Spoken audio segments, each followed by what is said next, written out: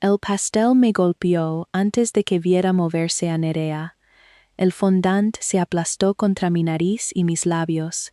El dulce sabor a vainilla llenó mi boca, y detrás llegó un sabor metálico afilado. Algo se clavó en mi mejilla izquierda y se quedó ahí medio segundo. Lo único que escuché fue risa rebotando bajo el techo de cristal del jardín de invierno donde celebrábamos la boda. Nerea mantenía la mano contra mi cara como si me estuviera posando para una foto. «Relájate», dijo riendo hacia el micrófono enganchado a su vestido. «Es solo una broma». Le aparté el brazo de un empujón y me limpié el glaseado de los ojos. La palma de mi mano volvió manchada de rojo. Las risas se fueron apagando entre jadeos sueltos, pero las cámaras no dejaron de grabar. Antes de contarte lo que pasó después, espero que estés bien. Quédate hasta el final para ver cómo una broma de boda terminó destapando a toda mi familia. Y suscríbete a este canal para no perderte el resto de la historia. 9 meses después, todavía recuerdo el orden exacto en que reaccionó cada uno. Mi sobrina Alba, 16 años, se tapó la boca. Mi hermano Carlos dio un paso hacia mí y se detuvo cuando mi madre levantó una mano. Álvaro, el marido recién estrenado de Nerea, miró más allá de la sangre en mi cara, hacia el equipo de contenido que rondaba la pared de flores. Mi madre miró primero a una cámara. Solo después de ver la luz roja de grabación encendida, Diana Vidal me miró a mí. «Ay, Marina», dijo, como si me hubiera derramado vino encima. «No montes un espectáculo». Presioné 2 dedos bajo la herida. La piel alrededor estaba caliente y tirante. Algo duro se movía bajo el glaseado cuando me tocaba la mejilla. «Nerea», dije, manteniendo la voz firme, «no vuelvas a tocarme». Su sonrisa tembló, no porque yo sangrara, sino porque lo había dicho lo bastante alto para que lo captara el micrófono. Levantó las 2 manos. «Apenas te he rozado. La decoración debe de haberte arañado». Un empleado del salón se acercó corriendo con un puñado de servilletas de cóctel. Lo detuve antes de que me las pusiera en la cara. «Por favor, llame a asistencia médica», dije, «y avise a su responsable de sala. Necesito que conserven todas las grabaciones de seguridad y los registros del personal de esta sala, de la zona donde se preparó el pastel y del pasillo de fuera». El chico parpadeó. Seguramente esperaba lágrimas o gritos, no una petición de conservación de pruebas. Mi madre me agarró del codo. «Ven conmigo al cuarto de la novia. Te limpiamos y te cambiamos el vestido». Me aparté. «No, necesito que un médico vea esto antes de que nadie me limpie nada». Se le tensaron los labios. «No vas a convertir la boda de tu hermana en un asunto policial. He pedido ayuda médica. Ya sabes a qué me refiero». Y lo sabía. Mi madre llevaba toda mi vida traduciendo el daño en simple molestia. Si Nerea rompía algo, eran accidentes. Si humillaba a alguien, se le acusaba de no tener sentido del humor. Si yo protestaba, Diana decía que tenía envidia de lo fácil que la gente quería a mi hermana. No había ido a la boda porque mi madre quisiera una foto de familia. Esa misma mañana, Alba me había escrito mientras me vestía. «Por favor, ven, no quiero quedarme sola con ellos todo el día». Me quedé mirando el mensaje un buen rato antes de contestar que ya iba de camino. Alba tenía 11 años cuando murió su madre y 13 cuando Carlos empezó a depender casi por completo de nuestros padres para todo lo que no podía manejar solo: recogidas del colegio, comidas, citas, todo ese trabajo práctico que sigue existiendo mucho después de que la gente deje de traer cazuelas. Diana usaba esa ayuda como prueba de que se había ganado el acceso a cada rincón íntimo de la vida de Alba. 2 semanas antes de la boda, encontré un adelanto en la página de negocio de Nerea. Mostraba fotos familiares difuminadas, una adolescente sentada al borde de una cama, y la voz de Nerea, prometiendo una historia sobre una joven aprendiendo a convertir el duelo en fortaleza. La cara de la chica estaba oculta, pero reconocí la sudadera gris de Alba y la pulsera fina de plata que le había dejado su madre. Alba me confesó que Nerea la había grabado durante un ataque de pánico en casa de nuestros padres. Le había prometido que esa grabación era solo para que la familia entendiera lo que le pasaba. Guardé capturas de ese adelanto en 3 sitios distintos. Había quedado en hablar con Nerea en privado después de la ceremonia. Si se negaba a borrar el material, una abogada que ya había consultado le enviaría un requerimiento formal el lunes siguiente. Llegué preparada. Conduje yo misma. No bebí. Rechacé la autorización general de imagen que presentaban en la entrada. Llevé el teléfono en la mano y me senté cerca de una salida. Le mandé a mi amiga Lucía la dirección del salón y la hora en que pensaba irme. Mi error fue creer que la preparación me dejaría controlar el daño. Junto a la mesa del pastel, la respiración de Alba cambió. Reconocí ese ritmo superficial de inmediato, los hombros demasiado altos, los ojos clavados en la sangre que me goteaba de la mandíbula. «Carlos», dije, «sácala fuera, a algún sitio sin cámaras». Miró entre Nerea y yo. «¿No podemos dejarlo para luego? No estoy discutiendo nada. Tu hija necesita aire». Alba se agarraba al borde de una silla. Bajé la voz y le di las mismas instrucciones que uso con niños asustados en mi trabajo. «Mírame, Alba. Pon los 2 pies en el suelo. Empuja los talones. Dime 3 cosas que veas que no sean blancas». Sus ojos se movieron de mi cara a la sala. «Tu vestido», susurró. «El cartel verde de salida. La corbata del tío Carlos. Bien, ahora sal al jardín con tu padre». Carlos por fin le pasó un brazo por los hombros y la guió hacia las puertas del jardín. Antes de que llegaran, Elena Rogue, la madrina de Nerea, se cruzó en su camino, vestida de azul pálido, con un pinganillo escondido en el pelo. Durante 2 o 3 segundos miró hacia el operador de cámara en vez de mirar a Alba. Luego reparó en la sangre y se apartó tan rápido que casi tropezó con su propio vestido. Esa duda importaría más tarde.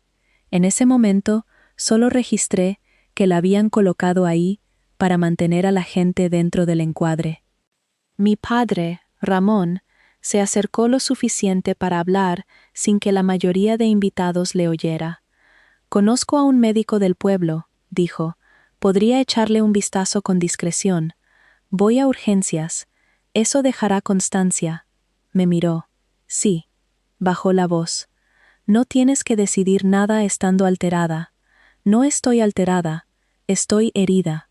Esa distinción pareció incomodarle, más que si me hubiera enfadado. Al otro lado de la mesa, Nerea se limpiaba glaseado de la muñeca, mientras Álvaro hablaba con uno de los operadores.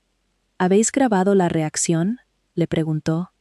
La cara del operador cambió cuando notó que yo lo había oído. Álvaro se giró hacia mí. Me refería al momento completo, para el documental. «Pues documenta esto», dije. «Nadie borra nada». Nerea soltó una risa corta. «Siempre tienes que hacer que todo suene siniestro». La sangre había llegado ya al escote del vestido color crema que mi madre había insistido en que llevara. 3 días antes, Diana había llamado para decir que el verde oscuro rompería el equilibrio visual de las fotos familiares. De pie bajo aquellas luces de cámara tan intensas, entendí por qué le había importado tanto. Llegó un sanitario con el gerente del salón. Contesté preguntas, di mi nombre y no dejé que mi madre hablara por mí. El sanitario me revisó la vista, me preguntó si sentía mareo y me advirtió que no tirara del objeto que notaba bajo la piel. El gerente me trajo una bolsa de papel limpia, fotografié las servilletas, el trozo caído de la decoración floral, la mesa, el suelo y las cámaras antes de meter nada dentro. Escribí la hora en la bolsa y firmé con mis iniciales en el pliegue. Sabía que lo que yo recogiera no tendría el mismo peso que algo extraído y sellado en un hospital. Eran solo pruebas de apoyo, pero no pensaba dejar que nadie las tirara. Mi madre me observaba fotografiar. «Esto es rencoroso», dijo. «No, esto es un registro». Nerea se acercó, pero se detuvo cuando la miré. Dije que lo sentía. Soltó. «Dijiste que era una broma». «Lo era. Tú eres la que lo está convirtiendo en otra cosa».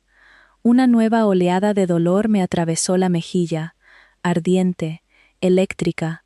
Me flaquearon las rodillas un momento, y el sanitario me sujetó del brazo. Esa fue la parte que mi familia omitió después, cuando contaron que yo había salido de la boda marchando con un plan para destruir a mi hermana. Yo no marché a ninguna parte. Temblaba, tenía náuseas y trataba de no tocarme la cara. La entereza no significaba que dejara de doler, significaba que tomaba la siguiente decisión mientras dolía. Lucía llegó antes de que se fuera la ambulancia. Había conducido desde las afueras al ver mi llamada perdida. Al entrar en el jardín de invierno, su expresión pasó de la confusión a la furia. «¿Qué ha pasado?», preguntó. Nerea me metió el pastel en la cara. Tengo algo clavado en la mejilla. Lucía no le pidió permiso a mi madre para nada. Cogió la bolsa de pruebas, fotografió el pliegue y se quedó a mi lado mientras los sanitarios me subían a la ambulancia. Urgencias quedaba a unos 20 minutos. El gel anestésico apenas había hecho efecto cuando llegamos. La mejilla me palpitaba con cada latido. El olor a antiséptico sustituyó al de las flores y el azúcar, aunque todavía notaba el glaseado en el fondo de la garganta. Un médico comprobó mi visión y el movimiento facial antes de pedir pruebas de imagen.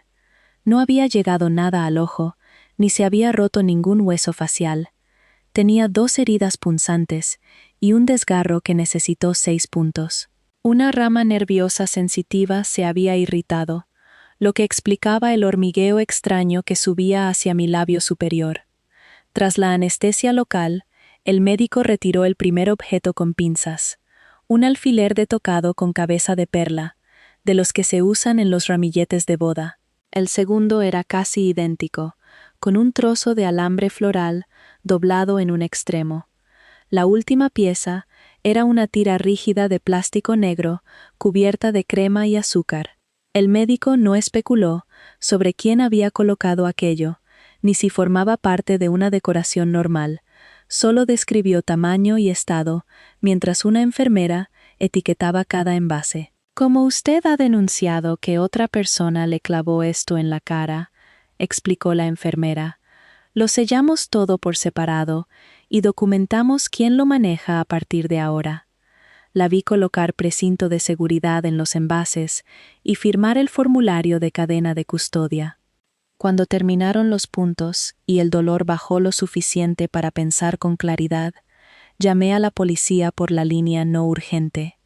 Le di a la gente el nombre de Nerea, el salón, la hora de la agresión, los testigos y el número de expediente del hospital. Lucía se quedó a mi lado sin interrumpir, ni siquiera cuando me tembló la voz. Lucía me llevó a casa, pasadas las 2 de la madrugada. Guardé la carpeta del alta y la bolsa de pruebas de papel entre los pies, aunque los objetos ya estaban sellados aparte para la policía. Las instrucciones eran sencillas: mantener la herida seca, vigilar fiebre, enrojecimiento o cambios en la visión, volver en 7 días para quitar los puntos. El hormigueo del labio podía durar semanas. Nada en el informe usaba la palabra broma. Hablaba de 2 heridas punzantes, una laceración facial, 6 suturas y 3 materiales extraños extraídos bajo la piel. Lucía se quedó mientras yo me cambiaba de vestido, fotografió las manchas de sangre y lo dobló en una funda limpia. No quería mirarlo sin recordar lo rápido que mi madre había intentado quitármelo de encima. «Deberías dormir», dijo Lucía. «Antes necesito descargarlo todo. Tienes puntos en la cara». Y mi hermana tiene un equipo de comunicación.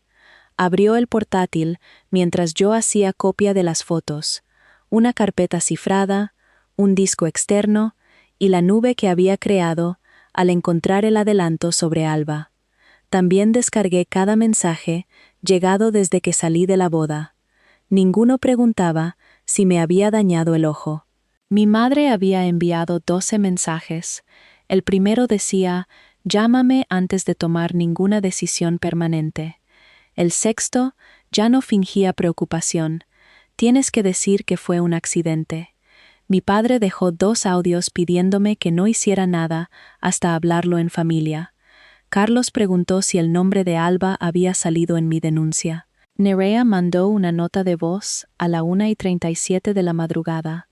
La escuché una vez con Lucía al lado. Sé que los dos estábamos alterados esta noche. Sabes que era una tontería de boda. Siento que la decoración te arañara, pero me empujaste delante de todos, y ahora dicen que has llamado a la policía. Nunca dijo que había clavado el pastel en mi cara, ni mencionó los alfileres. Lo dejó como si 2 hermanas igual de disgustadas hubieran chocado cerca de una mesa de postres. A las 7 de la mañana, Nerea había colgado el video. El clip duraba 48 segundos.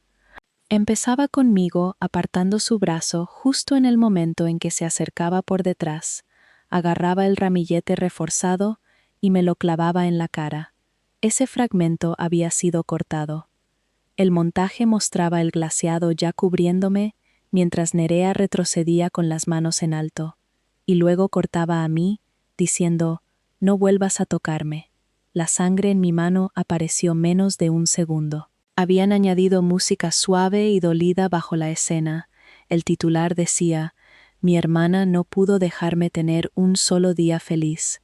Cuando lo abrí, ya lo habían compartido miles de veces. Nerea publicó un segundo clip desde una sala tranquila del salón, con el maquillaje retocado y los ojos rojos. Sentada junto a un jarrón de rosas blancas, hablaba directamente a cámara. Siempre he querido a mi hermana, incluso cuando le costaba alegrarse por mí. Planeé una broma inofensiva con el pastel, porque quería un recuerdo divertido entre nosotras. Su reacción me asustó, pero elijo la compasión. Espero que algún día pueda sanar lo que sea que hace que mi felicidad le duela tanto. No me acusó de ningún delito, hizo algo más eficaz. Le dio a los desconocidos un papel para mí antes de que yo dijera una palabra. Los comentarios rellenaron el resto: hermana mayor celosa, víctima profesional, soltera amargada.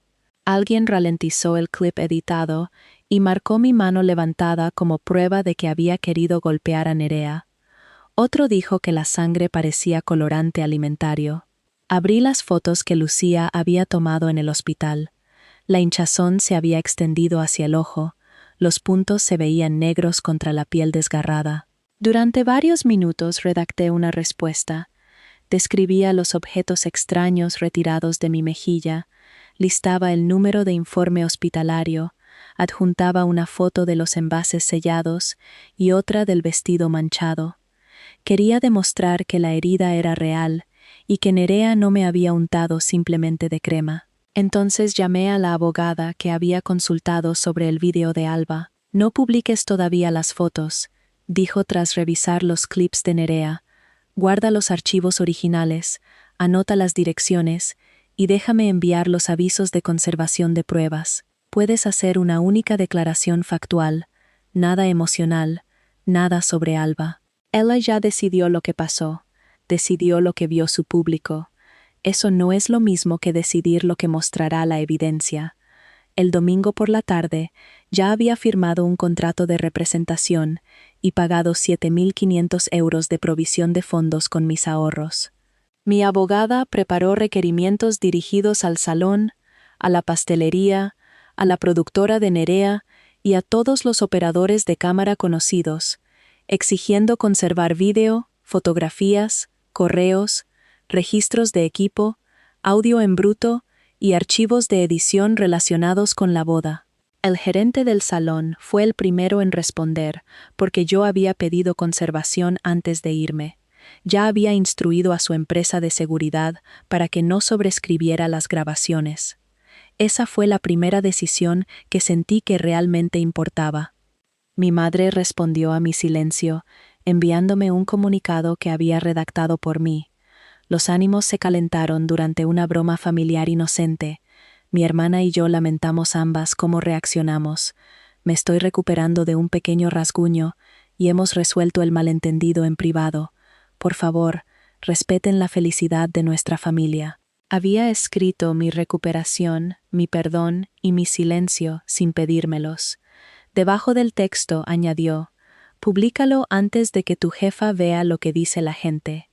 Mi jefa me llamó 20 minutos después. La directora clínica del centro de terapia infantil donde trabajaba fue amable pero directa. «Una familia nos ha enviado un vídeo de la boda de tu hermana», dijo. «Preguntan si hubo un enfrentamiento físico. Me agredieron y me atendieron en urgencias. ¿Te arrestaron? No. ¿Había menores implicados? No en el incidente físico». Esa respuesta era cierta pero incompleta, y odié la pausa que siguió. Me explicó que la clínica no juzgaba lo ocurrido, pero como trabajaba con niños con dificultades emocionales y de conducta, la dirección tenía que valorar si la polémica pública podía afectar la atención a los pacientes. Debía descansar 4 días. Mientras tanto, se encargarían de la documentación y de las sesiones de telemedicina seleccionadas desde casa. Mi sueldo base continuaría, pero las sesiones privadas de tarde que llevaba bajo contrato aparte se reasignarían hasta que acabara la revisión. Esas sesiones cubrían buena parte de mi alquiler y mis ahorros. Perderlas, aunque fueran 2 semanas, me costaría varios miles de euros. Entendía que la clínica intentaba proteger a sus pacientes y su reputación. Eso no hacía menos humillante la situación. Nerea me había herido el sábado por la noche. El lunes por la mañana era yo quien explicaba mi conducta a mi jefa. Mi abogada me dijo que documentara cada sesión cancelada, cada queja de algún familiar y cada correo de dirección. La pérdida de ingresos podría formar parte más adelante de una demanda civil. Hice una hoja de cálculo. Así reaccionaba yo cuando tenía miedo. Organizaba, etiquetaba, convertía el daño en filas y fechas, porque los números no cambiaban su historia cuando alguien lloraba delante de una cámara. Creía que en cuanto apareciera el vídeo completo, la verdad lo corregiría todo. Esa creencia fue uno de mis errores. La evidencia podía establecer lo ocurrido, pero no podía recuperar cada opinión ya formada, ni borrar el placer que algunos sentían al creer la peor versión de mí. El lunes por la noche, mi abogada me reenvió las primeras respuestas a los requerimientos de conservación. La empresa oficial de vídeo de bodas listó su equipo y personal, 2 cámaras de cine durante la ceremonia, una cámara móvil durante el banquete y micrófonos fijos para los discursos. El inventario preliminar del salón mostraba más equipo del declarado: 3 cámaras compactas montadas dentro del jardín de invierno antes del banquete, una junto a la pared de flores, otra sobre una estantería de servicio orientada hacia las mesas de familia, la tercera cerca de la salida al jardín. La empresa de vídeo confirmó que ninguna era suya. Álvaro respondió a través del abogado de la productora de Nerea, diciendo que su empresa había contratado un equipo aparte para captar reacciones informales destinadas a contenido corto. Abrí el plano del salón adjunto al correo del gerente. Al principio las posiciones de cámara parecían dispersas. Luego marqué dónde había estado sentada yo. La cámara de la pared de flores cubría mi silla y la mesa del pastel. La de la estantería cubría las reacciones de mi familia. La del jardín cubría el único camino directo desde la mesa del pastel hasta la salida más cercana. Ninguna de las 3 estaba orientada para filmar a la novia entrando en la sala, ni el primer baile, ni al grupo de invitados llegando. Las 3 apuntaban al espacio que yo ocupaba.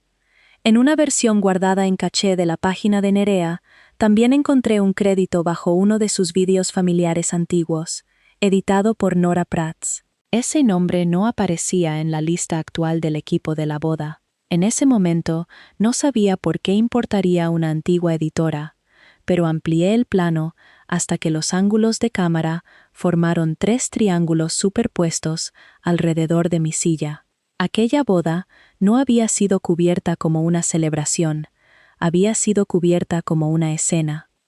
3 días después de la boda, me llamó la inspectora Nuria Morales mientras estaba sentada en mi cocina, con hielo sobre la cara. La hinchazón bajo el ojo izquierdo se había vuelto amarilla y morada.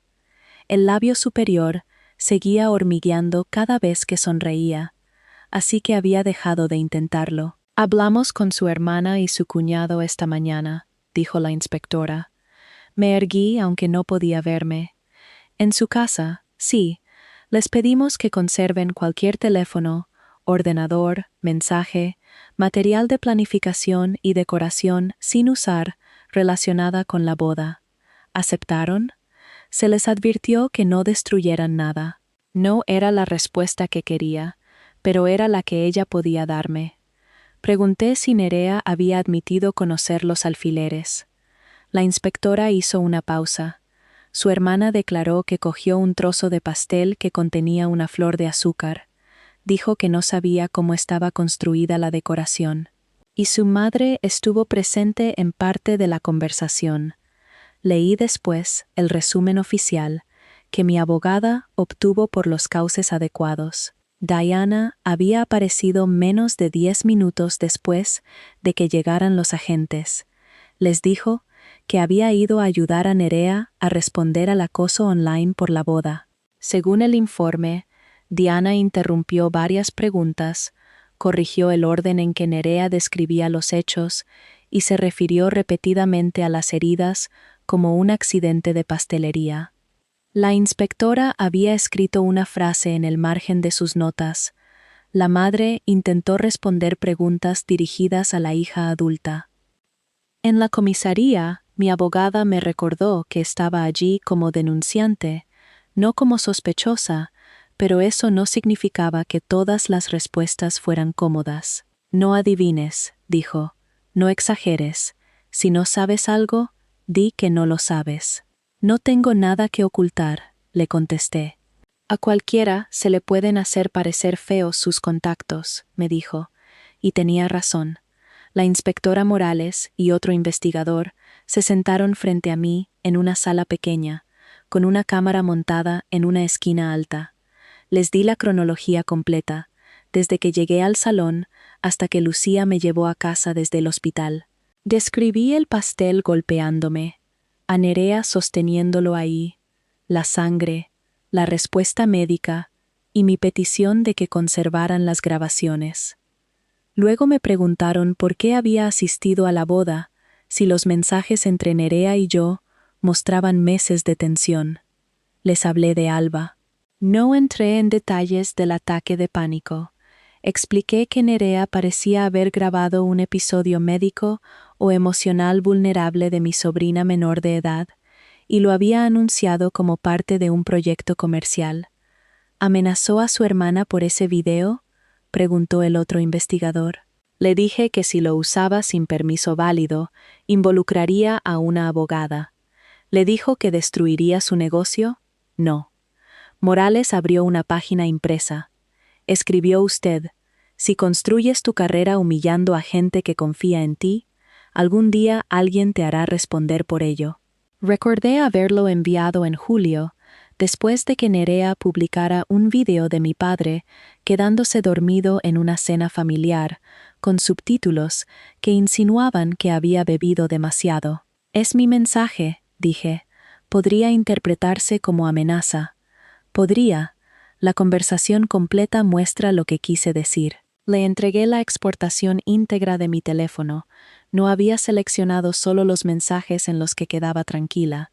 El archivo incluía cada frase dura que le había enviado a Nerea, incluida una en la que calificaba su trabajo de depredador. Mi abogada me había advertido que entregar el hilo completo podría dar a Nerea munición para usar en público. Lo hice de todas formas. Quería que los investigadores vieran la relación entera, no una versión limpia, arreglada a mi favor. La entrevista duró casi 2 horas. Preguntaron quién había tenido acceso al pastel, si había visto a alguien llevando alfileres, si Elena había tocado la decoración, si sabía qué empresa era dueña de las cámaras extra. Solo pude responder parte de eso. Cuando terminó, la inspectora nos acompañó al vestíbulo. La pastelería está colaborando, dijo. Usan alambre de refuerzo en algunas piezas decorativas. Se me encogió el estómago. Entonces los alfileres podrían venir de ellos. No lo dije, pero era posible. Lo estamos comprobando. La representante de Nerea publicó un comunicado antes de que yo llegara a casa. Un desafortunado fallo de fabricación había convertido una tradición nupcial inofensiva en un malentendido doloroso. Expresaba compasión por mi lesión mientras pedía al público que no culpara a la novia por materiales ocultos dentro de un pastel elaborado profesionalmente. No mencionaba el nombre de la pastelería, pero no hacía falta. Los seguidores de Nerea lo encontraron en 1 hora. Las reseñas se llenaron de acusaciones, pidieron reembolsos, publicaron fotos de decoraciones ajenas como prueba de que la empresa ponía en peligro a sus clientes habitualmente. Por primera vez desde la boda, a alguien que no era yo le asignaron el papel de villano. Podría haberlo alentado. Una sola publicación, diciendo que esperaba explicaciones de la pastelería, habría mantenido las sospechas lejos de mí. No lo hice. La dueña, Marisol Vega, llamó a mi abogada esa tarde. Le temblaba la voz lo bastante como para que se oyera desde el otro lado del altavoz de la oficina. Usamos alambre floral apto para alimentos y algo de trabajo en azúcar, dijo. No usamos alfileres de tocado con cabeza de perla dentro de nada que un invitado pueda morder o presionar contra la cara. Esos alfileres no estaban en el diseño que entregamos. ¿Puede demostrarlo?, preguntó mi abogada. Tengo fotografías, facturas de materiales, el boceto. Mi ayudanta hizo fotos en la entrega porque la novia ya se había quejado 2 veces de la colocación. Marisol explicó que el ramillete central se había montado dentro de una pequeña varilla de plástico apto para alimentos, que mantenía unidos los elementos decorativos y permitía retirar todo el conjunto antes de servir. El plástico negro encontrado en la herida podría ser parte de esa varilla, dijo, pero si se rompió dentro de su piel, alguien la quitó, la cortó o la usó de una forma para la que nunca se diseñó. El alambre floral debía quedarse dentro de los pétalos de azúcar. Los alfileres de perla no formaban parte de la estructura en absoluto. Esa misma noche recibí un mensaje de Elena desde un número que no reconocía. Sabía que iba a haber una broma, no sabía que cambió la flor, escribió. Lo leí 2 veces antes de contestar. No borres nada más, busca tu propio abogado. Me llamó de inmediato, llorando tan fuerte que apenas la entendía. Me había ido de mi piso porque periodistas y comentaristas habían encontrado mi dirección. Dijo, me quedo con una prima. Nerea me dijo que iba a hacer un pastel blando, que ibas a enfadarte, que todos se reirían y luego os abrazaríais. Me dijo cámaras listas antes de acercarse a ti. Yo llevaba el pinganillo. Me dijeron que asegurara que los 3 operadores estuvieran grabando. ¿Quién te lo dijo? Nerea. Álvaro aprobó la cobertura, pero Nerea dio el momento exacto. ¿Llevaste tú los alfileres? Elena se quedó callada. Llevé un kit de flores al cuarto de preparación. ¿Qué había dentro? Tijeras, cinta, alambre, alfileres, todo lo que había dejado la florista para emergencias. ¿Alfileres de cabeza de perla? Sí. La respuesta pesó más de lo que esperaba. ¿Los pusiste tú en el pastel? No, te juro que no. ¿Quién lo hizo? No lo sé. Nerea me dijo que la flor que quería usar se estaba cayendo. Me pidió que llevara el kit. Luego mi madre me mandó a buscar polvos para la cara de Nerea. ¿Había alguien más en la sala? Nerea y su madre. No apunté los nombres. La llamada ya quedaba registrada en mi teléfono, pero no estaba grabando el audio. No quería que Elena siguiera hablando sin entender su posición legal. Para, dije. No me cuentes nada más hasta que tengas asesoría. Necesito que me creas. Lo que yo crea no es lo más importante ahora mismo. Para mí sí lo es. Cerré los ojos bajo la venda. La mejilla se me tensaba con cada palabra. Elena, ayudaste a colocar cámaras alrededor de mí para una humillación que creíste inofensiva. Eso no fue inofensivo, pero si no alteraste tú la flor, conservar la verdad es lo único que puede separar lo que hiciste de lo que hizo otra persona. Se echó a llorar otra vez. Luego admitió que había borrado 2 mensajes de Nerea después de que llamara a la policía. Uno decía que Elena debía recordar que la pastelería había montado la flor. Otro decía que las amigas se protegen cuando la familia se pone rencorosa. Entré en pánico, dijo Elena. Pensé que borrarlos me sacaría del lío. ¿Borraste todo el hilo? No, solo esos 2. ¿Tenías copia de tus mensajes? Creo que sí. Mi teléfono sincroniza con la nube. La otra persona puede tener copias todavía. Tu abogado puede ayudarte a exportar la cuenta correctamente. No intentes recuperar ni editar nada tú misma. Lo prometió. A la mañana siguiente llamó Álvaro. No empezó con una disculpa. La pastelería va a confirmar que usaron alambre, dijo. Eso no explica los alfileres. Puede explicar que esto no fue intencionado. Son preguntas distintas. Resopló. Marina, nuestro negocio está paralizado. Los patrocinadores preguntan si Nerea planeaba herirte. Los empleados temen no cobrar. No eres la única afectada. Yo fui la única que acabó en urgencias. Lo sé. ¿Tú lo sabes? Su voz se endureció. Intento evitar que esto se convierta en un circo penal. Entonces cuenta la verdad sobre las cámaras. Hubo una pausa. ¿Qué pasa con ellas? Apuntaban a mi silla, a la mesa del pastel, a mi familia y a la salida. No a la novia, no al primer baile, a mí. Eran cámaras de reacción. ¿Reacción de quién? De los invitados, de la familia. Abrí el plano en mi portátil. Una cubría la pared de flores donde estaba mi asiento. Otra cubría a Carlos, Alba y mis padres. Otra el camino que usaría para salir. Eso no es cobertura general. Álvaro no contestó. ¿Aprobaste tú esas posiciones? Aprobé un plan de contenido corto. ¿Leíste el guión? Sí. ¿Qué decía de mí? Otra pausa, más larga esta vez. Decía que eras reacia a salir en cámara. Eso no es lo que he preguntado. Bajó la voz. Decía que eras controladora, que solías desafiar a Nerea en eventos familiares. El equipo de marketing quería tensión auténtica. ¿Equipo de marketing? Nerea escribió el perfil. Lo traté como posicionamiento, no como una afirmación factual. Aprobaste un plan que me convertía en un personaje sin mi permiso. Pensé que serías fondo. No sabía nada de los alfileres. ¿Sabías que pensaba provocarme? Sabía que habría una broma con el pastel. ¿Sabías que esperaba que yo reaccionara con rabia? Era contenido de reacción, Marina. Eso es lo que es el contenido de reacción. La naturalidad con que lo dijo me contó más que cualquier disculpa. ¿Estaba incluida Alba en el plan?, pregunté. Nunca aprobé usar a una menor sin autorización firmada. Esa no era una respuesta.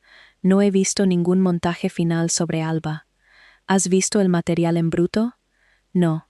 Entonces no sabes lo que tiene tu empresa. Nuestra empresa es de Nerea.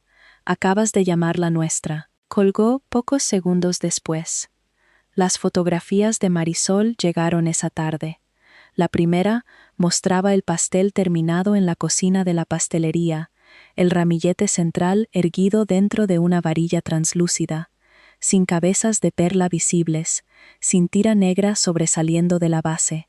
La segunda foto se había tomado en el salón a las 4:12 de la tarde, con marca de hora digital y albarán de entrega, que la situaba más de 3 horas antes del banquete.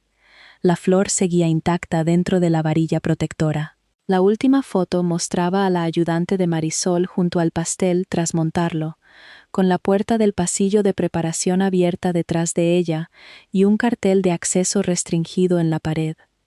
El salón entregó al día siguiente el resto de las grabaciones del pasillo. No mostraban a nadie colocando alfileres en la flor. El cuarto de preparación no tenía cámara propia, pero sí registraba el ramillete saliendo del pastel a las 5:41. Elena lo llevó adentro junto con el kit floral de emergencia. A las 5:44 salió sola y caminó deprisa hacia el cuarto de la novia. A las 5:52 entró Diana con un neceser de maquillaje. A las 5:58 salió sin él. A las 6:03, Nerea salió sujetando el ramillete con las 2 manos. Se veía más rígido que en la foto de la entrega. Se lo entregó al gerente del salón, que lo devolvió al pastel porque la novia había pedido un ajuste de última hora. El gerente asumió después que la florista lo había reparado, pero la florista ya se había ido. El registro electrónico de acceso confirmó que solo 4 personas autorizadas entraron en la zona de preparación tras la entrega de la pastelería: Nerea, Diana, Elena y el gerente, que estuvo dentro menos de 1 minuto para revisar la refrigeración, con las manos vacías al entrar y al salir. Estudié los 3 nombres restantes. Elena había llevado los alfileres a la sala. Diana había entrado mientras estaban allí. Nerea había sacado la flor alterada. La inspectora Morales me llamó mientras seguía mirando las marcas de hora. Hemos confirmado que la decoración se cambió después de la entrega, dijo. Entonces la pastelería queda descartada. No tenemos ninguna prueba de que los alfileres los introdujera la pastelería. Miré los 4 nombres otra vez. ¿Qué pasa ahora? Determinamos quién tuvo acceso y qué sabía cada uno. Su siguiente pregunta era la misma que llevaba haciéndose la evidencia desde el hospital. ¿Quién tuvo acceso después de la entrega? La lista oficial contenía 4 personas, pero solo 3 habían estado cerca de la flor el tiempo suficiente para cambiarla: mi hermana, mi madre y la mujer que acababa de admitir que había ayudado a colocar las cámaras alrededor de mí. Diana se presentó en mi piso el jueves por la tarde con lirios blancos, sopa de pollo y un sobre lo bastante grueso para contener más que una tarjeta de pésame. Se quedó en la puerta con un abrigo color camel, el pelo perfecto, el maquillaje intacto tras una semana entera. Cualquiera que pasara por el pasillo habría visto a una madre preocupada visitando a su hija herida. Vi primero los lirios. Habían llenado el jardín de invierno donde Nerea me clavó el pastel en la cara. Su aroma se había pegado al glaseado y me había seguido hasta la ambulancia. Diana lo sabía. Los había elegido para los centros de mesa. «Te traigo comida», dijo. «No te estás cuidando. Sigo las instrucciones del médico». Su mirada se posó un momento en la venda de mi mejilla. Pensé que por fin preguntaría si había mejorado el hormigueo. En vez de eso, miró detrás de mí. «¿Vas a dejarme en el pasillo?» La dejé pasar porque quería oír lo que venía a decir. No la abracé ni acepté los lirios. Los dejó en la encimera junto a la bolsa de papel del hospital y empezó a abrir los envases como si fuera un jueves cualquiera. «Llevo 6 años sin comer pollo». Se le pararon las manos sobre la tapa. «Bueno, antes te gustaba». Así recordaba mi madre a la gente. Conservaba la versión de cada uno que en su día le había resultado más cómoda y trataba cualquier cambio como un acto de rebeldía. Apartó la comida y tocó el sobre. «Nerea está destrozada». «Seguro que sí. Apenas duerme, Álvaro dice que se despierta llorando. A mí me cosieron la cara, mientras ella publicaba un video llamándome envidiosa. Estaba asustada. Yo también. Diana soltó un suspiro lento. ¿Estás decidida a hacer esto imposible? No he traído papeles a tu casa. Sus dedos apretaron el sobre, luego lo puso sobre la mesa entre nosotras. Esto no es una admisión de culpa. Es un intento de evitar más daño. Lo abrí sin tocar el bolígrafo que llevaba dentro. El primer documento ofrecía cubrir mis gastos médicos pendientes, los ingresos perdidos de mis sesiones privadas y un pago adicional de 75.000 euros. A cambio, yo liberaría de reclamaciones civiles a Nerea, Álvaro, Diana, Ramón, la productora y varias partes afiliadas sin nombrar. El segundo documento era un acuerdo de confidencialidad que me prohibía hablar de la boda, de los vídeos, de los negocios de la familia, de cualquier grabación relacionada con parientes y de toda comunicación vinculada a los proyectos de Nerea. El texto no mencionaba a Alba por su nombre, no hacía falta. Habéis preparado esto muy rápido, dije. Nuestra abogada entiende la urgencia. ¿Abogada de quién? De la familia. No hay abogada de la familia, mamá. Hay la abogada de Nerea, la de su productora y quien sea que protege tu interés económico. El color subió bajo el maquillaje de Diana. ¿Crees que todo es una conspiración porque no soportas que nadie tenga una vida que tú no apruebes? Fotografié cada página, incluido el sobre y la nota escrita a mano en la portada, y volví a dejar los documentos sobre la mesa. No voy a firmar esto. Ni siquiera lo has leído bien. Lo he leído lo suficiente para saber que compra mi silencio sobre algo más que mi herida. Compra paz. No, compra control. Diana empujó el bolígrafo hacia mí. Siempre has confundido la intimidad con el control. Miré los lirios, luego la comida que ya no pensaba tocar, y por fin a la mujer que había entrado en mi casa con un guión sobre cómo debía terminar mi dolor. En la boda, dije, ¿por qué miraste a la cámara antes de mirarme a mí? Su expresión cambió tan levemente que alguien que no la conociera podría no haberlo notado. La barbilla se le levantó medio centímetro, los dedos se apartaron del bolígrafo. No sé de qué hablas. El vídeo lo muestra. Estabas cubierta de pastel. Todos estábamos confundidos. Miraste la luz de grabación y luego me dijiste que no montara un espectáculo porque ya estaba pasando algo. Tenía sangre corriéndome por el vestido. Estabas apartando gente y dando órdenes. Le dije a la persona que me había herido que no volviera a tocarme. Diana cruzó los brazos.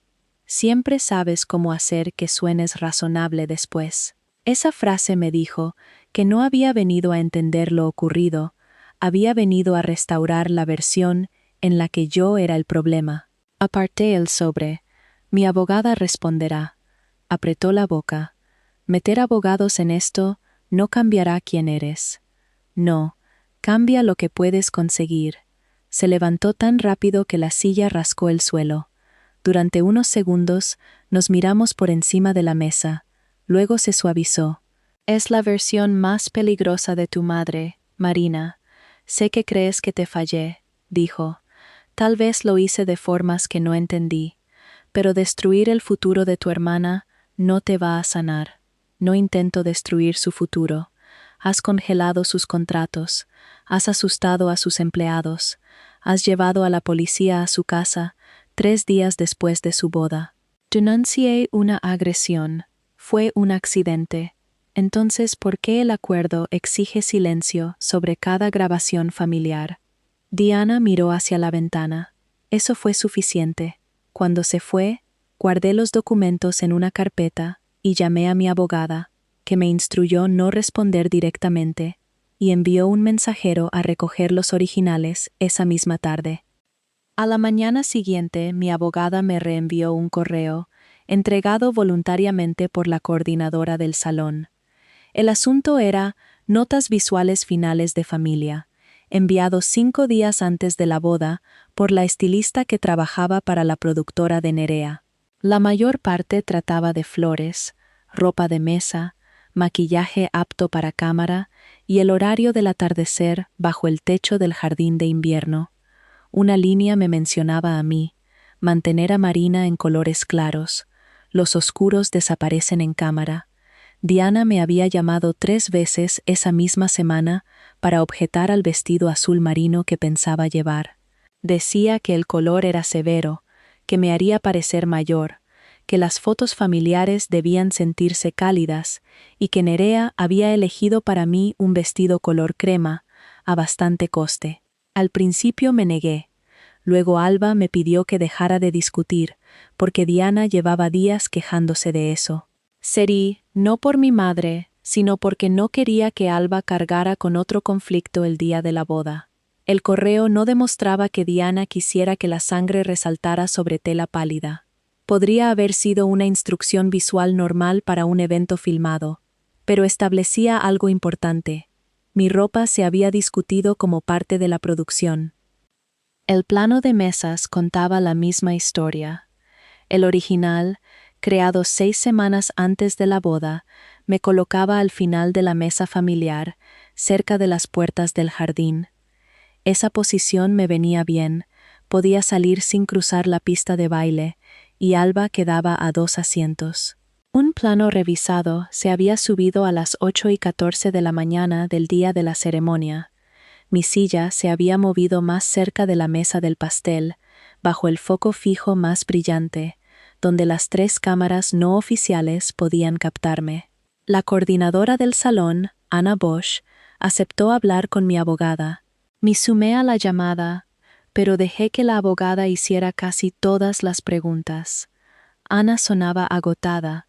Los seguidores de Nerea habían estado contactando con el salón y algunos periodistas pedían entrevistas al personal. ¿Quién le pidió cambiar el asiento?, preguntó mi abogada. Diana Vidal, dijo Ana, dijo que iba a haber un momento de reconciliación familiar y que Marina tenía que estar donde las cámaras pudieran verla. ¿Explicó en qué consistía esa reconciliación? No. Supuse que sería un brindis o un discurso. ¿Habló del pastel? Preguntó si la mesa del pastel podía moverse 2 metros hacia la zona familiar. Las normas de acceso de emergencia lo impidieron, así que ajustamos el asiento de la familia en su lugar. ¿Mencionó la ropa de Marina? Ana dudó. Dijo que el vestido color crema ayudaría a que la toma se sintiera más suave. Anoté la frase exacta. Mi madre no se había limitado a asistir a la boda, mientras Nerea planeaba una sorpresa. Había ayudado a organizar la sala alrededor de un momento que me involucraba. Eso todavía no probaba que supiera lo de los alfileres, pero sí que esperaba que algo ocurriera. El sábado, Diana había llamado 4 veces y dejado 3 mensajes. No contesté hasta que escribió que la tensión estaba disparando la presión arterial de mi padre por mi culpa. La llamé, no porque creyera esa afirmación, sino porque quería que dejara de usar la salud de mi padre como arma. ¿Qué quieres?, pregunté. Que entiendas las consecuencias. Entiendo las mías. Esto es más grande que tus puntos. Lo sé. ¿Lo sabes? Su voz se endureció.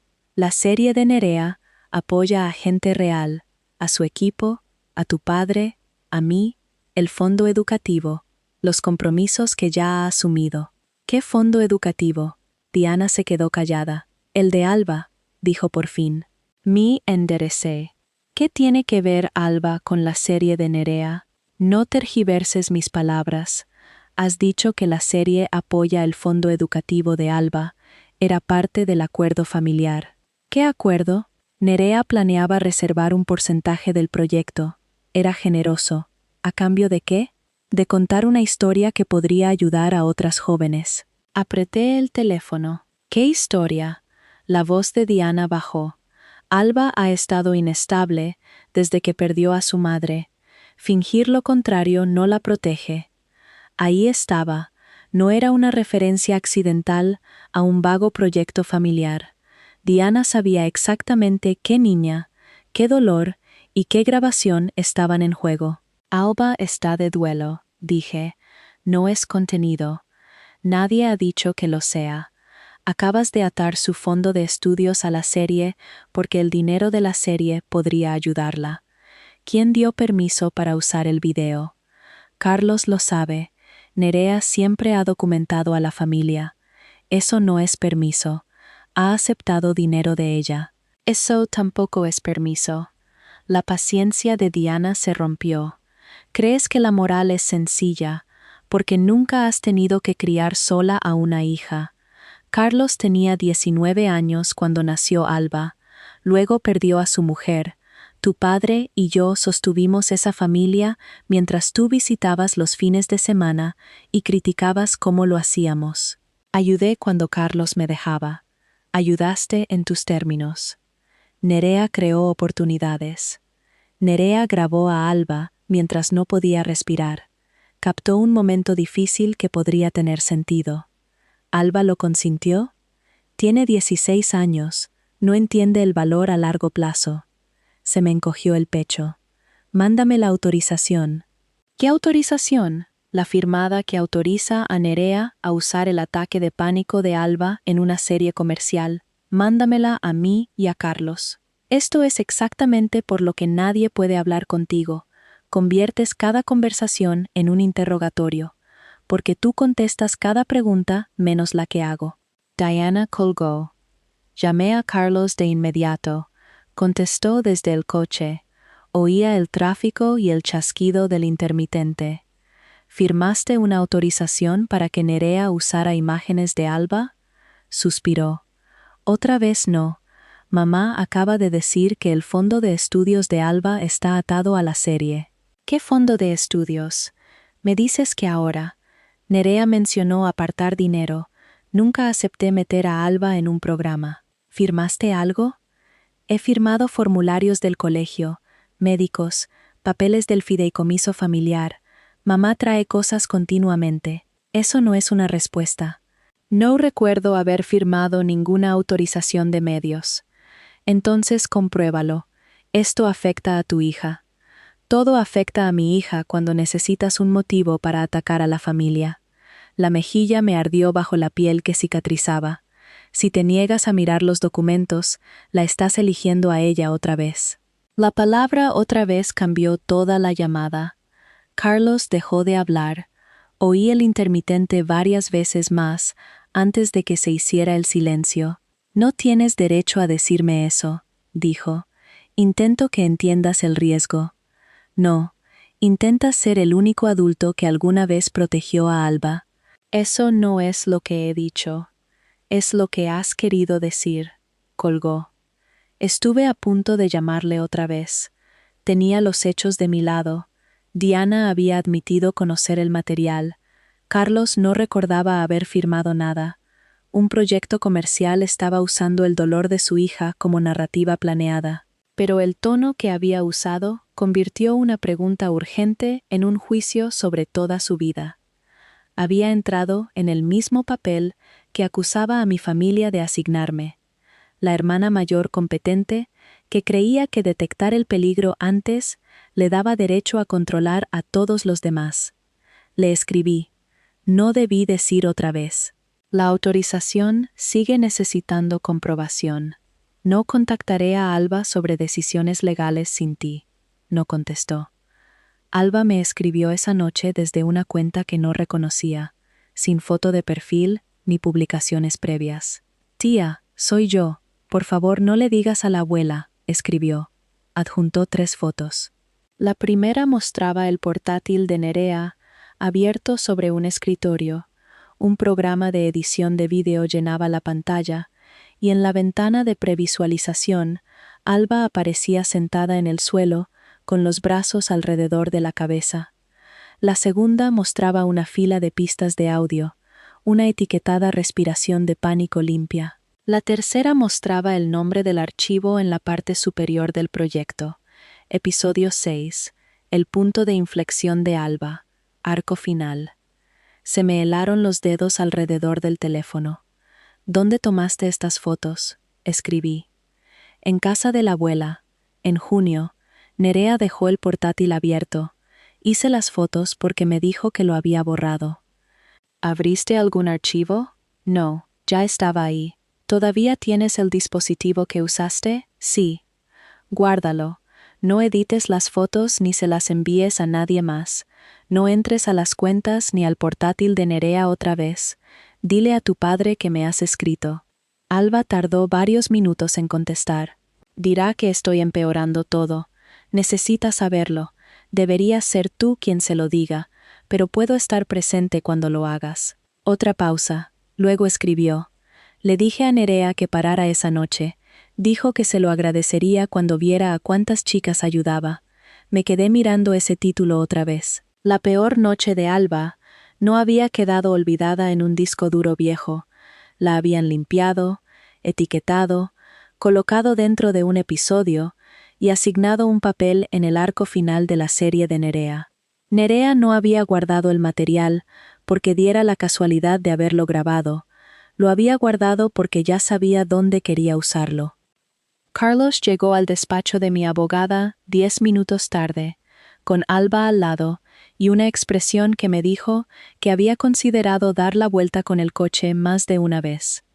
Alba llevaba la misma sudadera gris de las fotos del portátil de Nerea, con las mangas por encima de las manos, y eligió la silla más alejada de la pared de cristal de la sala de reuniones.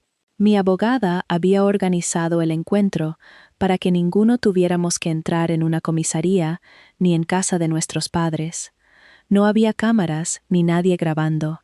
Explicó que Alba controlaba cuánto quería contar y podía detener la conversación en cualquier momento. Carlos me miró. Podrías haberme hablado del vídeo antes de la boda. Debí hacerlo, dije. La admisión le sorprendió. Intentaba proteger la intimidad de Alba hasta saber exactamente qué tenía Nerea. También pensé que podría pararlo con discreción. Me equivoqué. Me dijiste que no actuaba como su padre. Estaba enfadada, y lo dije de la forma más cruel posible. Lo siento. Esperó, como si esperara que retirara todo lo demás. No siento haber dado la voz de alarma, continué. El peligro era real, pero no debí tratarte como un obstáculo, en vez de tratarte como el padre de Alba. Carlos se recostó. Parte de la tensión abandonó sus hombros, aunque no toda. Alba miró entre nosotros. ¿Puedo contaros lo que pasó? Nos callamos los dos. Describió una noche de junio en que se quedaba en casa de nuestros padres. Un olor de una de las viejas bufandas de su madre le desencadenó un ataque de pánico. Se le tensó el pecho, se le entumecieron las manos y se deslizó al suelo porque no podía mantener el equilibrio. Nerea había estado de visita con una bolsa de cámara. Al principio pensé que estaba llamando a papá, dijo Alba. Luego vi el teléfono. ¿Te dijo que estaba grabando?, preguntó mi abogada. No. ¿Qué le dijiste tú? Le dije que parara. Alba se frotó un pulgar cubierto contra el otro. Dijo que necesitaba un poco más de material para que la gente entendiera cómo era de verdad el duelo. Le dije que no quería que nadie me viera así. Dijo que lo borraría. ¿Te ayudó a respirar?, preguntó Carlos. Los ojos de Alba bajaron. La abuela me trajo agua. La tía Nerea seguía haciendo preguntas. ¿Qué tipo de preguntas? ¿Cuánto echaba de menos a mamá? ¿Si me sentía abandonada?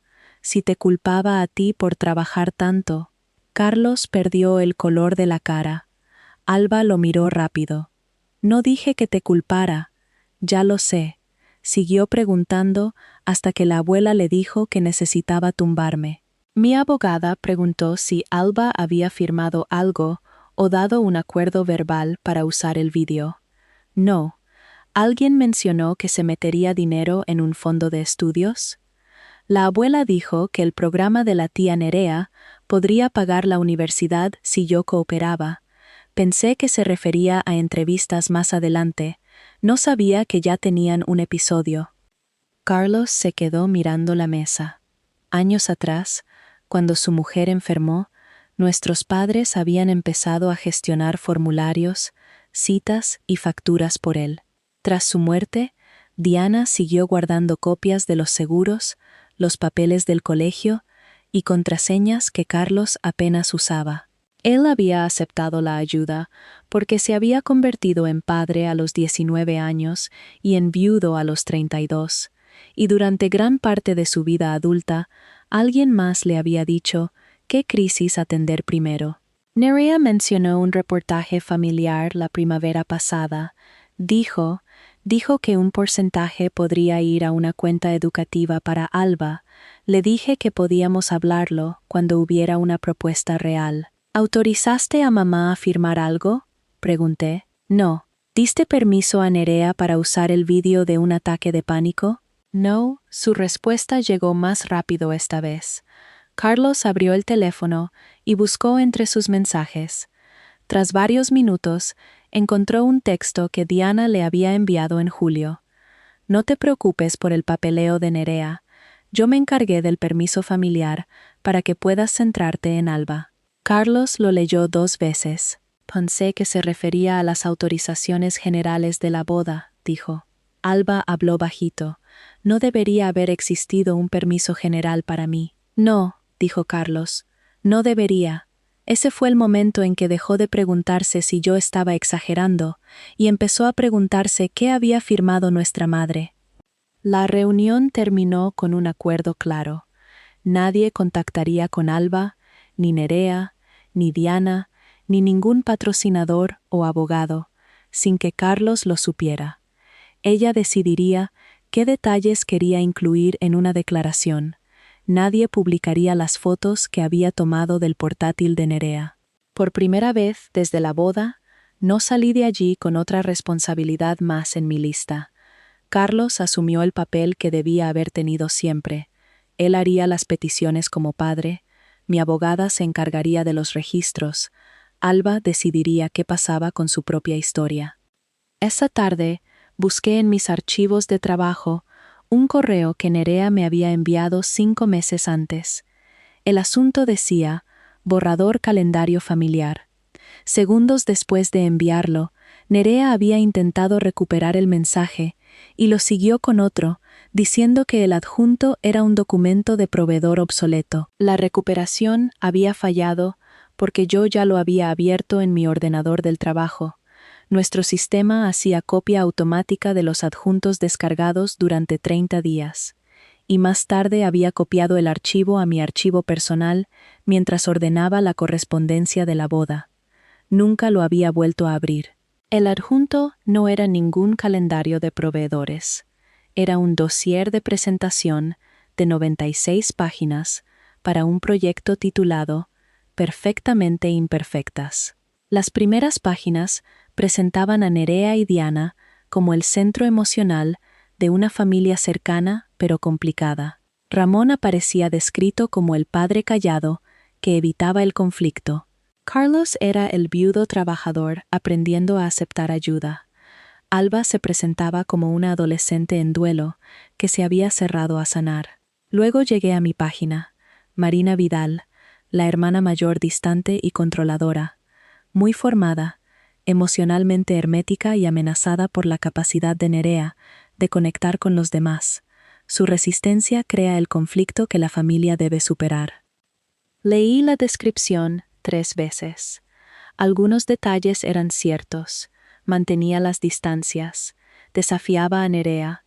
Mis correos solían ser directos. Había tomado piezas reconocibles de mí y las había organizado en un personaje que a su público le encantaría odiar. El dossier no decía que yo asistiría a la boda en paz y me enfadaría solo después de resultar herida. Describía mi ira como inevitable. Mi abogada me advirtió que la fecha de creación de un archivo se podía alterar.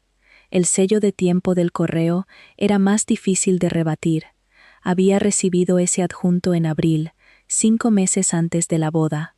2 días más tarde, el departamento legal del patrocinador confirmó, en su revisión de cumplimiento, que Nerea había presentado una versión del mismo dossier en mayo, mucho antes de que se celebrara la boda.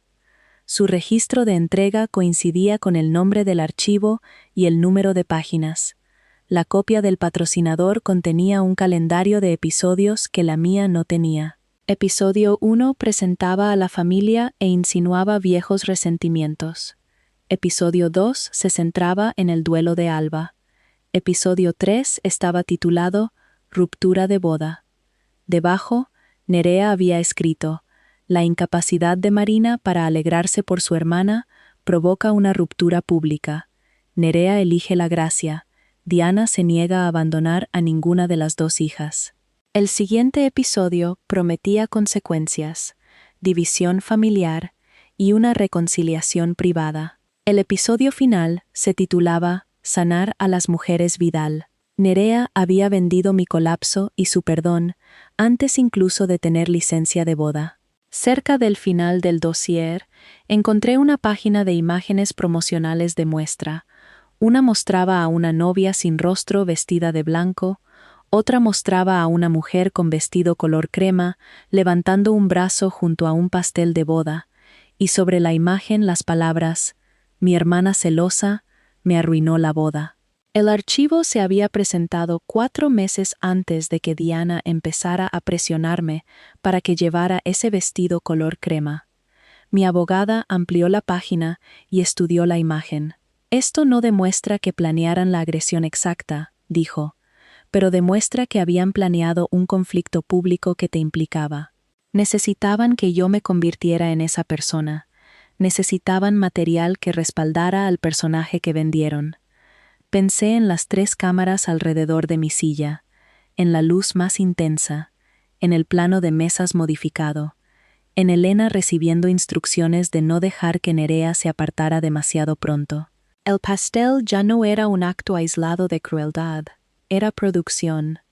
Nerea respondió antes de que el patrocinador terminara su revisión. Publicó capturas de correos que yo le había enviado durante el último año. En uno le decía que grabar a parientes vulnerables era una práctica depredadora. En otro escribía que alguien acabaría haciéndola responsable. Recortó la conversación alrededor y subtituló las imágenes.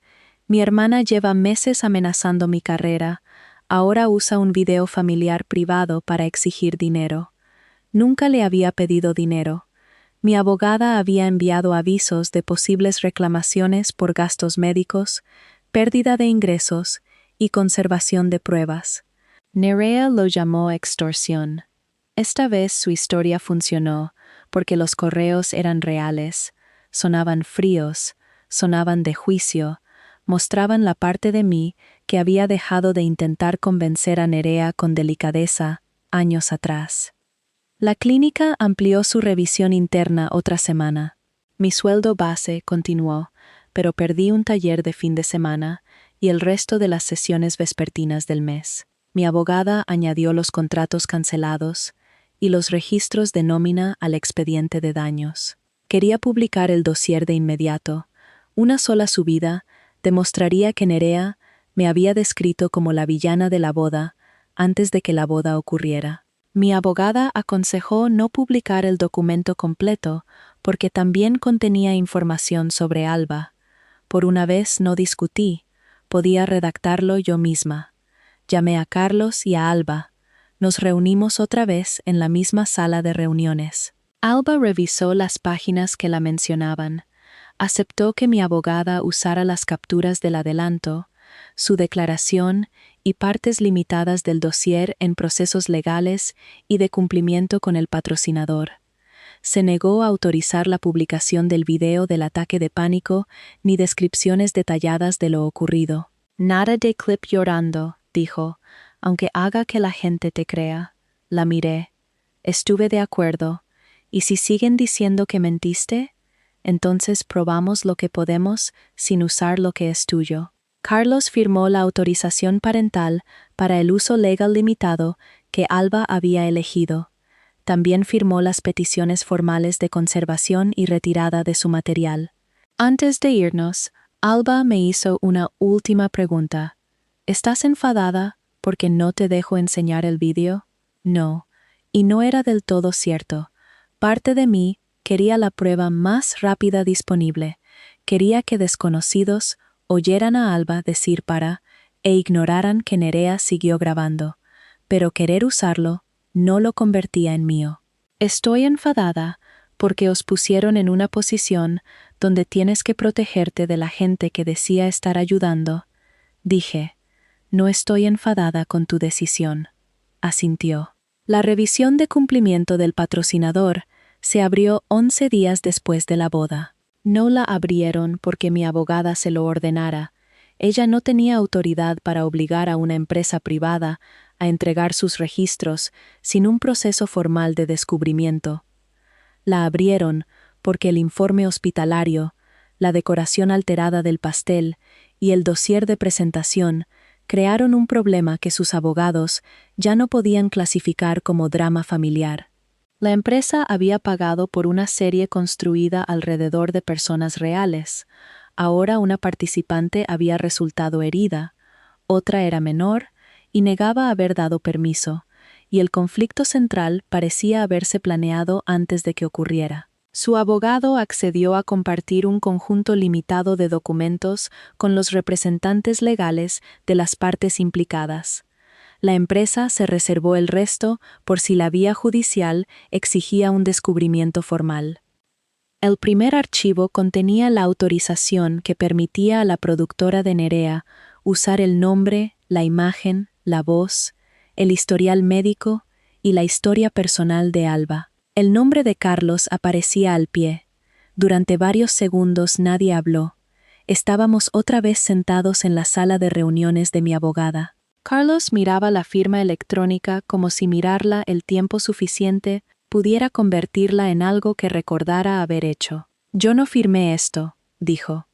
Mi abogada amplió la información de auditoría adjunta al documento y la explicó sin fingir que un solo detalle técnico lo resolvía todo. La autorización se había enviado a una cuenta de correo secundaria creada años atrás, cuando la mujer de Carlos estaba enferma. Diana había ayudado a gestionar esa cuenta porque Carlos hacía malabares entre visitas al hospital, cuidado de Alba y trabajo. El enlace se había abierto desde una tableta asociada a casa de nuestros padres.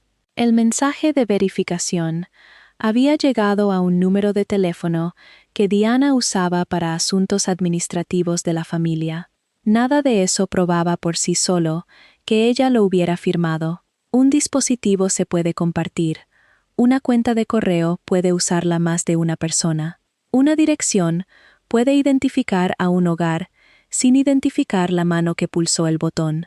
Entonces mi abogada nos mostró la marca de hora. La autorización se había completado a las 10:14 de un martes por la mañana. Carlos había estado ese día en una obra a más de 100 kilómetros.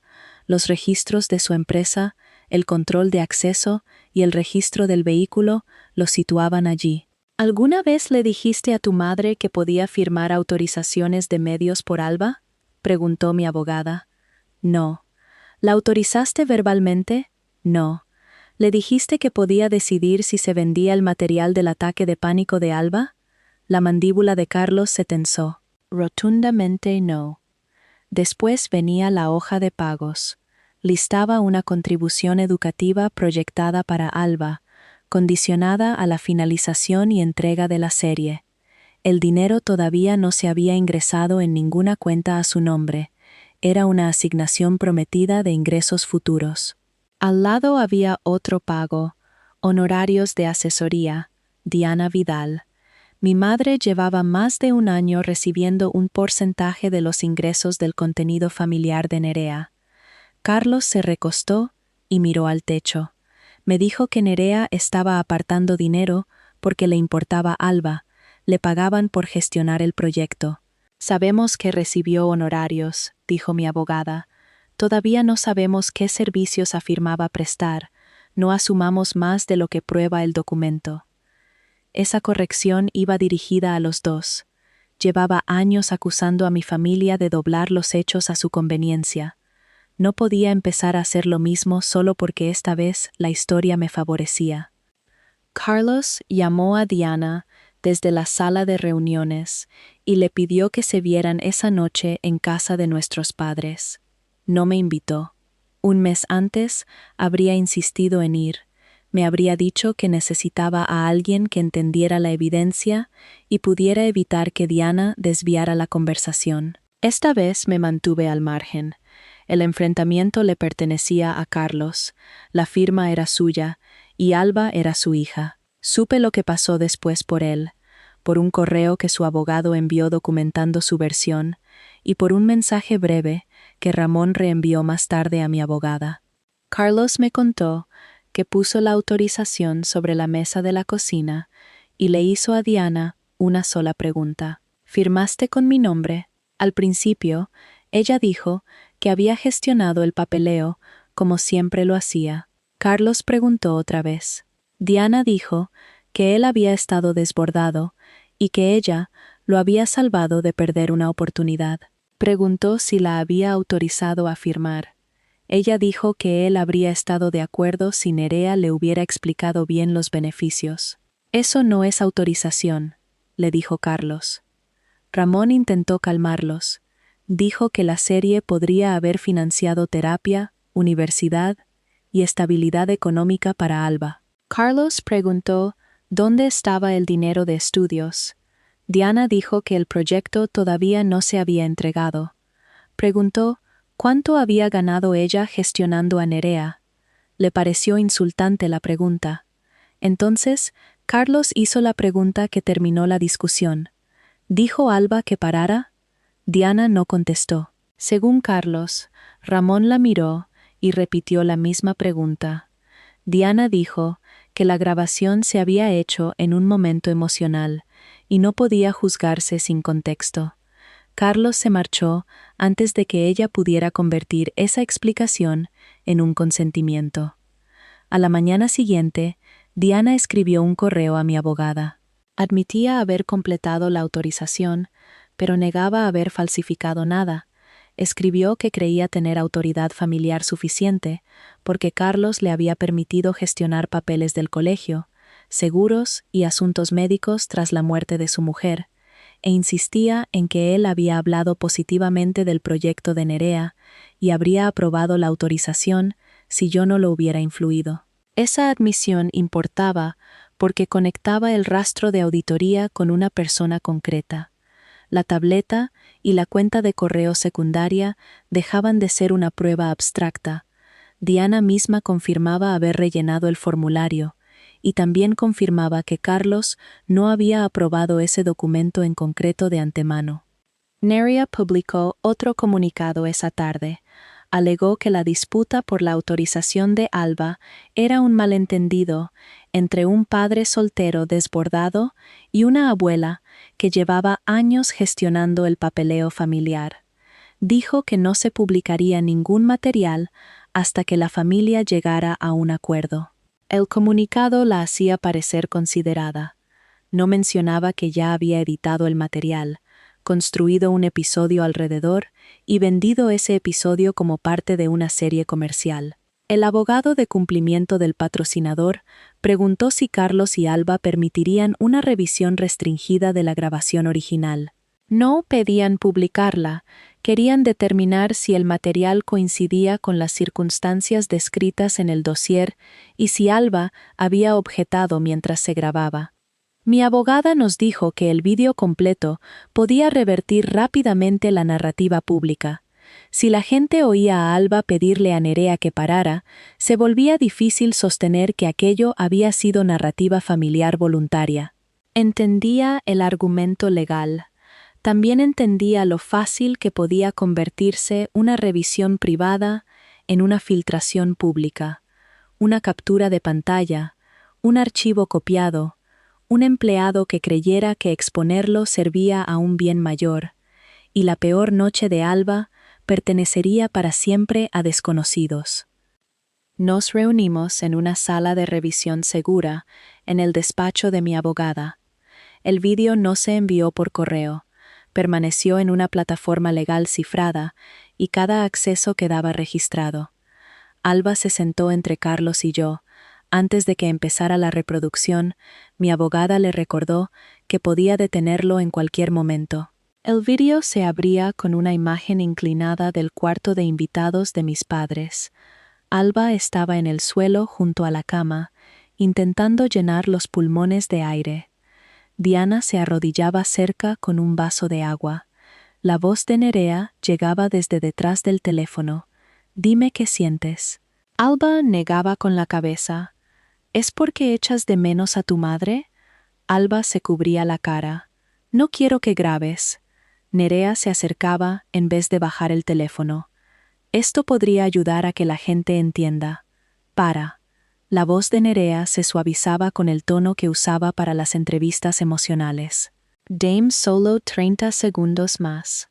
Alargué la mano y detuve el vídeo. Solo habían pasado 18 segundos. La sala quedó en silencio hasta que Alba habló.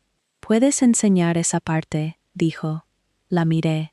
«No tienes que decidirlo ahora. Ya lo he decidido. Necesitan oírme decir que pare». Mi abogada explicó los límites disponibles. Alba y Carlos podían autorizar un fragmento breve para un fin de cumplimiento definido. El clip solo se mostraría al equipo legal y de revisión del patrocinador. No podría copiarse, transmitirse en directo, usarse en publicidad, ni incluirse en presentaciones públicas sin una base legal separada y permiso adicional. Ese fragmento de 18 segundos, autorizado y sellado dentro del canal legal, fue lo que finalmente rompió la narrativa que Nerea había construido durante meses. El patrocinador rescindió el contrato de la serie por incumplimiento de las cláusulas de protección de menores y de conducta. La productora de Nerea perdió su principal fuente de financiación en una semana. La pastelería recibió una disculpa pública de la propia Nerea, obligada por su nueva representación legal a reconocer que jamás debió atribuirse el fallo a un tercero inocente. La revisión de mi clínica se cerró sin sanciones, cuando quedó claro, con el informe hospitalario y la investigación policial en curso, quién había sido la agredida. Diana no volvió a presentarse en mi puerta con sobres ni con lirios. Su explicación por correo se convirtió, con el tiempo, en la pieza que la propia inspectora Morales usó para formalizar cargos por falsificación de documentos y por permitir el uso comercial de material de una menor sin autorización válida. Nerea enfrentó una demanda civil por lesiones, por la difusión negligente y deliberada de contenido que dañó mi reputación y mis ingresos, y un acuerdo económico que, esta vez, no vino con ninguna cláusula de silencio, porque fui yo quien puso las condiciones. Carlos y yo tardamos meses en volver a hablarnos con normalidad, pero lo hicimos, despacio, sin fingir que la herida de aquella llamada no había existido. Alba empezó terapia por decisión propia, no porque nadie se la impusiera. Y la primera vez que me pidió ayuda para algo pequeño, sin cámaras ni condiciones de por medio, entendí que habíamos ganado algo mucho más valioso que cualquier acuerdo firmado en un despacho. Aprendí, con la piel todavía marcada bajo el ojo, que la familia que de verdad protege no necesita pruebas, ni testigos, ni una cámara apuntando a tu silla para demostrar que te quiere, y que a veces la única manera de proteger a quien amas es negarte a firmar la paz que otros escriben por ti.